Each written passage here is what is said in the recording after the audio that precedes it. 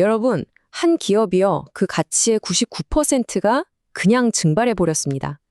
오늘은 이 엄청난 실패 사례를 법의학자처럼 샅샅이 파헤쳐보는 시간, 바로 인트로메딕의 기업 부검을 시작해보겠습니다.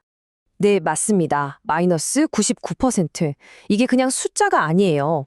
한때는 정말 혁신적인 의료기술로 시장의 기대를 한몸에 받았던 기업이거든요. 그 기업의 가치가 말 그대로 그냥 사라져버린 겁니다. 이 차트 좀 보세요. 정말 충격적이죠? 거래가 정지되기 전에는 한 주에 5,850원이었는데 정리매매 마지막 날엔 간돈 57원이 됐습니다. 만약에 여기에 1억을 투자했다면요? 100만 원도 안 남게 된 거예요. 아니 도대체 어떻게 이런 일이 벌어질 수 있었을까요? 자, 그래서 오늘 저희는 이 인트로메딕이라는 회사를 아주 샅샅이 뜯어볼 겁니다. 처음엔 어떤 약속을 했는지부터 시작해서요. 회사의 재무제표, 그러니까 말하자면 시신이죠. 이 시신을 부검해서 결국 이 회사를 파멸로 몰고 간 그 치명적인 결정들이 뭐였는지 하나하나 추적해 보겠습니다. 자, 그럼 먼저 시간을 좀 되돌려 보죠. 도대체 인트로메드, 이 회사는 어떤 곳이었고 또 우리에게 어떤 희망을 줬던 회사였을까요? 와, 인트로메딕의 시작은 정말 화려했습니다. 대한민국에서 유일하게 캡슐 내시경을 국산화한 기업이었거든요. 생각해보세요. 환자들 고통을 확 줄여주는 기술이잖아요. 이러니 시장에서 독점적인 지위를 가질 것처럼 보였죠. 하지만 이 혁신적인 기술이라는 빛 뒤에는요, 처음부터 아주 치명적인 그림자가 있었습니다. 구조적인 약점이죠. 일단 매출의 90% 이상이 딱 이 제품 하나에만 의존했어요. 게다가 메드트로닉 같은 세계적인 공룡 기업하고 경쟁해야 했으니 이게 버거웠던 거죠. 결국 엄청난 연구개발비랑 마케팅 비용의 벽을 넘지 못하고 이 회사는 단 한 번도 흑자를 낸 적이 없습니다. 자, 이제부터가 이 이야기의 핵심입니다.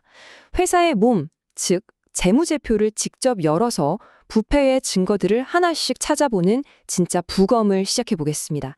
인트로메딕의 몰락은요, 절대 갑자기 일어난 사고가 아니에요.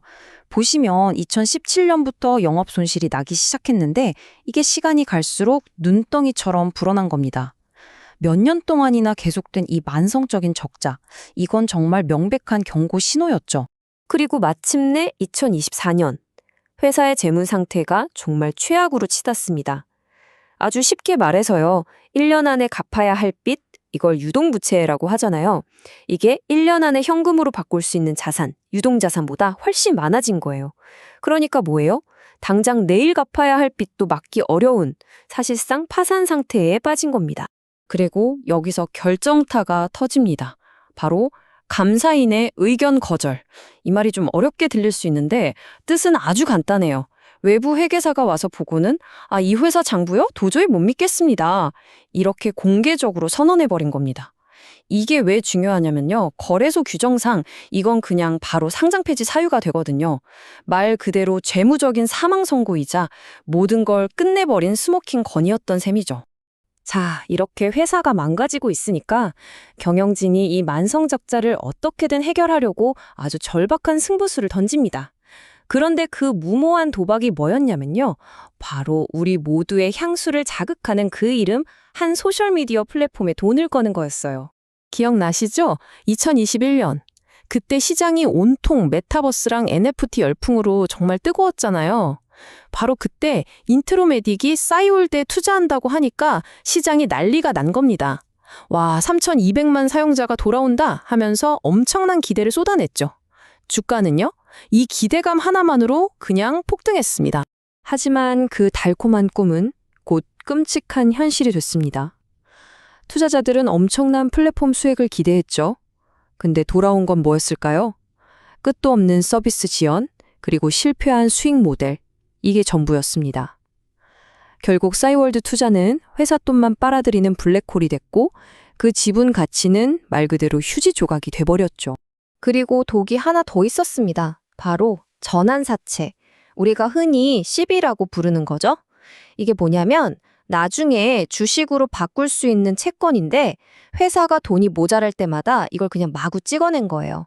그럼 어떻게 될까요? 나중에 주식으로 바뀔 물량이 계속 늘어나니까 기존 주주들 지분 가치는 계속 떨어지는 거죠. 이걸 바로 죽음의 나선이라고 부릅니다. 결국 빚으로 빚을 막는 최악의 악순환에 빠져버린 거예요. 자, 그럼 이제 퍼즐의 마지막 조각을 맞춰볼 시간입니다. 이 재무적인 부패와 끔찍한 결정들이 어떻게 상장 폐지라는 최종 판결로 이뤄졌는지 그 마지막 과정을 한번 따라가 보죠. 이건 정말이지 완벽한 도미노 효과였어요. 보세요. 첫 번째 도미노, 경영진이 자료를 숨깁니다. 그러자 두 번째, 감사인이 의견 거절을 내죠. 이게 넘어지니까 세 번째, 거래소가 상장 폐지 절차를 시작하고요. 마지막으로 법원까지 상장 폐지 결정을 확정하면서 모든 게 와르르 무너져 내린 겁니다. 아니, 근데 경영진은 대체 왜 감사 자료를 안 내면서까지 필사적으로 뭔가를 숨기려고 했을까요? 그 뒤에는 훨씬 더 어두운 진실이 숨어 있었습니다.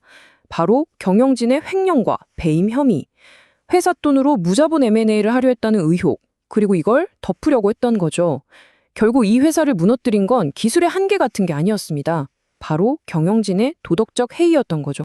자, 이 참혹한 기업의 무덤 앞에서 우리는 뭘 배워야 할까요?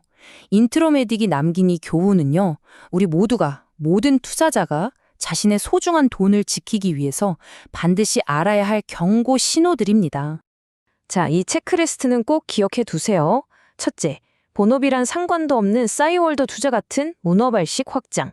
둘째, 자꾸 바뀌는 최대 주주. 셋째, 빚으로 빚막던 전환사채 남발. 그리고 마지막으로 가장 결정적인 거죠. 정보를 숨기려는 경영진.